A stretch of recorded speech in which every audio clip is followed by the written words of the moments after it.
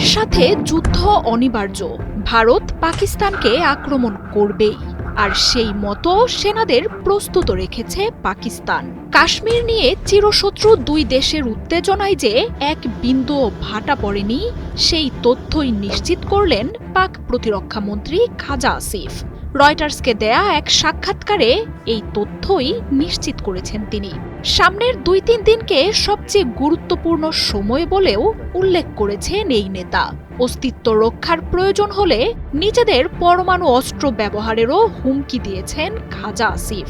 পেহেলগামে সন্ত্রাসী হামলার এক সপ্তাহেও কোনো সামরিক পদক্ষেপ না নেয়ায় দুই দেশ সংঘাত থেকে সরে আসছে বলে ধারণা করা হলেও পাক প্রতিরক্ষা মন্ত্রীর এই বার্তা আসন্ন বড় যুদ্ধের আভাস বলেই শঙ্কা তৈরি হয়েছে।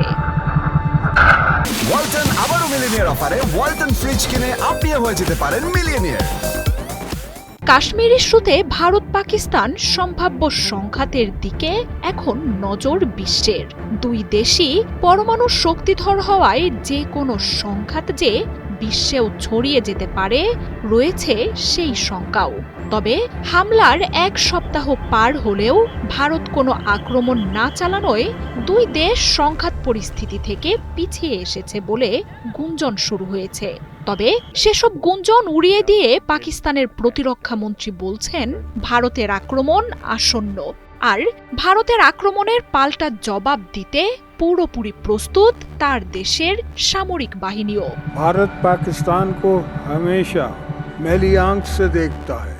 ভারতের আগ্রাসনের জন্য সামনের ২-৩ দিনকে সবচেয়ে গুরুত্বপূর্ণ সময় বলেও মন্তব্য করেছেন পাক প্রতিরক্ষা মন্ত্রী।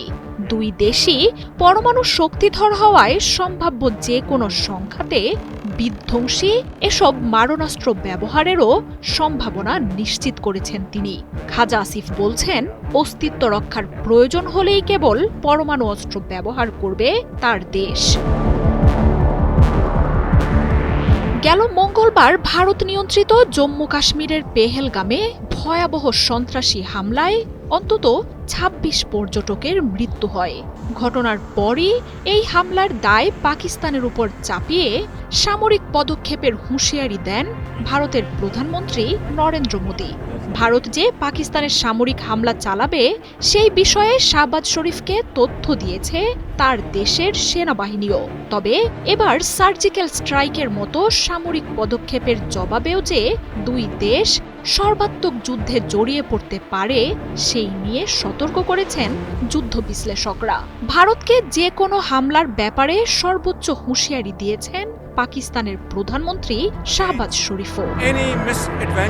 কাশ্মীরের সন্ত্রাসী হামলার পর থেকেই পাকিস্তান সেনাবাহিনীকে সর্বাত্মক যুদ্ধের জন্য প্রস্তুত করছে। সীমান্তে জড়ো করা হয়েছে যুদ্ধ বিমান, মিসাইল, ঘাঁটিগুলোতে মোতায়েন করা হয়েছে বাড়তি সেনা।